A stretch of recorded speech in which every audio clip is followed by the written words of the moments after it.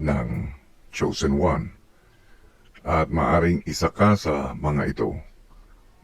Una ay yung healer, pangalawa yung warrior, pangatlo yung the elder, pangapat yung the oracle, panglima intercessor, pang-anim the hermit, pampito the truth tellers, pangwalo the free spirit, at ang pangsyam ay ang inspiring infiltrator.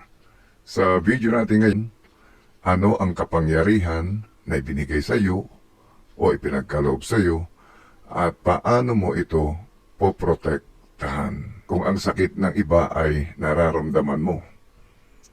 Healer. Ang healer ay hindi lang taga-alis ng sakit. Mabilis kang maka-absorb ng emosyon ng iba.